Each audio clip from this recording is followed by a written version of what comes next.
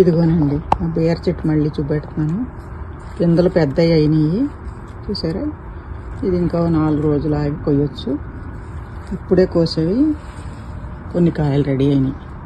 చూపెడతాను చూడండి. ఇది చూసారా.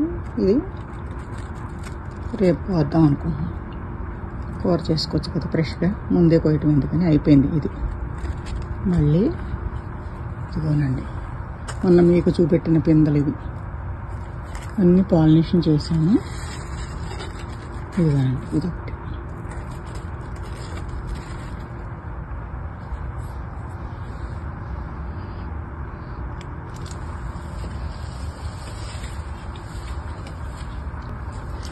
ఇది చూసారా.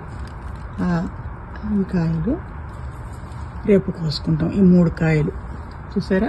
కేజీ ఉంటాయి, అయినా ఉంటాయి. కేజీ ఉంటాయి 3 కాయలు. ఇవి తర్వాత కోసుకోవచ్చండి. మళ్ళీ ఓ 3 కాయలు ఒక 4 రోజులు ఆగి కోసుకోవచ్చు.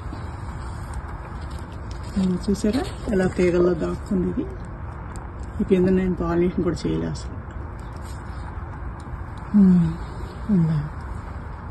చూసారండి చక్కగా ఈల్డ్ వచ్చింది బీర చెట్టు. ఇది దీన్ని పాలినేషన్ చేశాను మరి. అదండి ఇవి పడిన పిందెలు ఈ కాయలన్నీ ఉండటం వలన అవి పెరగట్లేదండి, వాడిపోతున్నాయి. చేత ఈ 3 కాయలు కోసేస్తే మళ్ళీ పెరగటం మొదలు పెడతాయి. కాయలు పిందెలు పడతాయి అన్నమాట మనకి. ఇవ్వనండి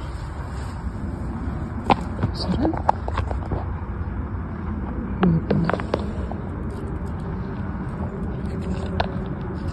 చక్కగా ఉంది చూసారా.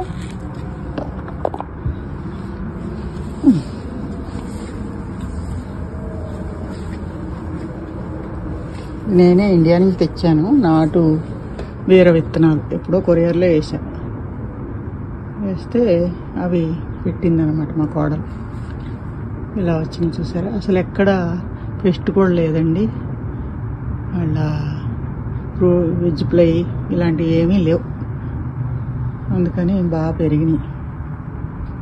మన ఫ్రూట్ ఫ్లై వెజ్ ఫ్లై వచ్చేస్తాయి కదా బీర చెట్లకి, సొర చెట్లకి. ఓకేనండి బాయ్.